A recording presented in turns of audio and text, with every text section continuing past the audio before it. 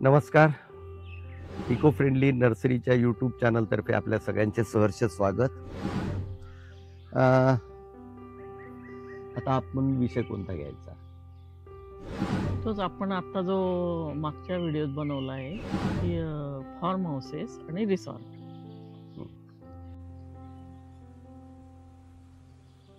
इकडे रिसॉर्ट आणि form houses बनत आहेत, तर हे कशामुळे चालतात किंवा यांचं भविष्य काय? हा, चांगला प्रश्न आहे. हे जे रिसॉर्ट बनत आहेत ते असे बनत आहेत, सेकंड होम असावं म्हणून बऱ्याच जणांनी गुंठेवारीनी जागा घेतल्या. 40 गुंठे, 1 एकर, 1.5 एकर, 2 एकर अशा जागा विकत घेतल्यात आणि घेताना गुंठ्यानी घेतल्यात. रोड आहे, पाणी आहे, अशा सोयी बघितल्यात, जागा घेतल्यात. आपलं तिथं एक छोटंसं फार्म हाऊस असावं, मग त्याला कंपाऊंड केलं, त्याला मग बोर घेतलं, म्हणजे सगळ्या फॅसिलिटीज नाही उपलब्ध पाण्याची सोय केल्या. केली. नंतर मग घर बांधलं तिथे. मग कसं आहे, ते घरामध्ये कुणाला वाटलं, कुणी जास्वंद आणली ती लावली, कुणाला गुलाब रेडी झालं म्हणजे थोडक्यात. नाही ते लावत गेले. मग 1 वर्ष गेलं, 1.5 वर्ष गेलं. मग त्या ठिकाणी मग थोडाफार भाजीपाला करायचा प्रयत्न केला. पण गंमत अशी की त्या भाजीपाल्याची माहिती नसल्यामुळे किंवा मग तेवढा वेळ मिळत नसल्यामुळे सुरुवातीला कसं झालं माहितीये का, की प्रत्येक शनिवार रविवारी अख्खं घर तिथं जायचं, आमचं फार्म हाऊस, आमचं फार्म हाऊस. नाही मग तिथे कुणाकडे जर कधी बघितला गुलाब, मग आपल्याकडे असा गुलाब पाहिजे, मग गुलाब आणला. कुठे आरेका पाम बघितला, मग तो आरेका पाम आणला.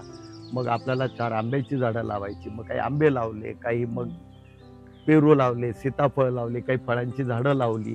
हे लागवड करत करत गेले. मग त्या ठिकाणी कालांतराने हे फक्त यांना शनिवार रविवार किंवा वीकेंड हा मिळायचा. मग इतर वेळेस त्या ठिकाणी लक्ष द्यायला कोणीतरी असावं म्हणून मग केअरटेकर ठेवला. मग तो केअरटेकर तो सांभाळायचा, त्याला जसं जमल तसं तो सांभाळत गेला. मग कालांतराने 1-2 वर्ष 3 वर्ष झाली ती, आणि मग जे सेकंड होम किंवा फार्म हाऊस आपलं, याचं थोडं आकर्षण जरा कमी झालं. खर्च तर चालूच होता. मग खर्च चालू राहिल्यामुळे मग असंच कोणीतरी सुचवलं की बाबा मग ते आम्हाला शनिवार रविवारी तिथं जायचंय. मग मित्रमंडळी गेली, ते तिथं एन्जॉय केलं त्यांनी. कधी आणखीन कोणी जवळचे आहे त्यांनी थोडंसं एन्जॉय केलं. पण मग दिवसेंदिवस खर्च वाढत वाढत गेलेत.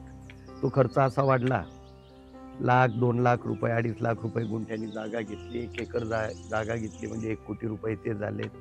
कंपाऊंडला 2-3 लाख रुपये खर्च, बोर केलं ₹1,00,000 खर्च, म्हणजे त्या हा ठिकाणी सगळा कनेक्शन केलं तो खर्च. सगळा खर्च कशातून तरी निघायला पाहिजे. नाही तर सांगतो काय, मग त्याच्यानंतर मग तिथं आणि आपलं घर पाहिजे, मग घर बांधलं. मग त्या ठिकाणी मग केअरटेकर पाहिजे, मग केअरटेकरसाठी वेगळं घर बांधलं. मग ह्या सगळ्या सोयी करेपर्यंत तो खर्च कुठेतरी मर्यादेच्या बाहेर गेला. आणि 2-3 वर्ष हे असं चालू राहिलं. त्याच्यात खर्च होत गेला आणि एक ते घराचं आपलं सेकंड होमचं एक आकर्षण म्हणून तो खर्च करतही गेले ते. पण नंतर कुठेतरी जाणवायला लागलं, ते डोईजड व्हायला लागलं. म्हणजे तिथून काही उत्पन्न दिसेना. आणि मग खर्च तर चालू आहे. मग कुणीतरी आलं, मग 2 दिवसासाठी भाड्याने घेतलं, मग 2 दिवसासाठी ₹5,000. मग तो पिकनिक पॉईंट सारखं मग लोक थोडंसं भाड्याने वगैरे. मग त्याच्यात एक टूम निघाली, नाही हो तिथं स्विमिंग टँक नाहीये. स्विमिंग टँक असलं तर मग आपल्याला हे करता येईल. मग कॉटेजेस केलेत, मग स्विमिंग टँक केलंय. सुरुवातीला काय मर्यादित 1, 2, 3, 4 फार्म हाऊसेस होते. त्यामुळे भाडं ₹3,000 पर हेड, ₹4,000 पर हेड असे मिळायचे. किंवा पूर्ण फार्म हाऊस जर कधी घेतलं तर मग 10,000, 20,000 असे सुरुवातीला भाडे मिळत गेले. मग एकाचं बघितल्यानंतर मग दुसऱ्याने त्याची कॉपी केली, मग त्यांनी त्याचं स्विमिंग टँक सुद्धा केला. मग भाड्याच्या हिशोबाने मग थोडंसं प्लॅनिंग व्हायला लागलं. मग 2च्या ऐवजी 4 कॉटेजेस केलेत, काहींनी 5 कॉटेजेस केलेत, काहींनी डॉर्मेटरी केल्यात. स्विमिंग टँक बरोबर वाढतच गेलं. ते मग तो वाढतच गेला खर्च. मग हा खर्च वाढत गेला आणि सायमल्टेनियसली कॉम्पिटिशन वाढत गेली. सगळीकडेच व्हायला हा. लागले मग.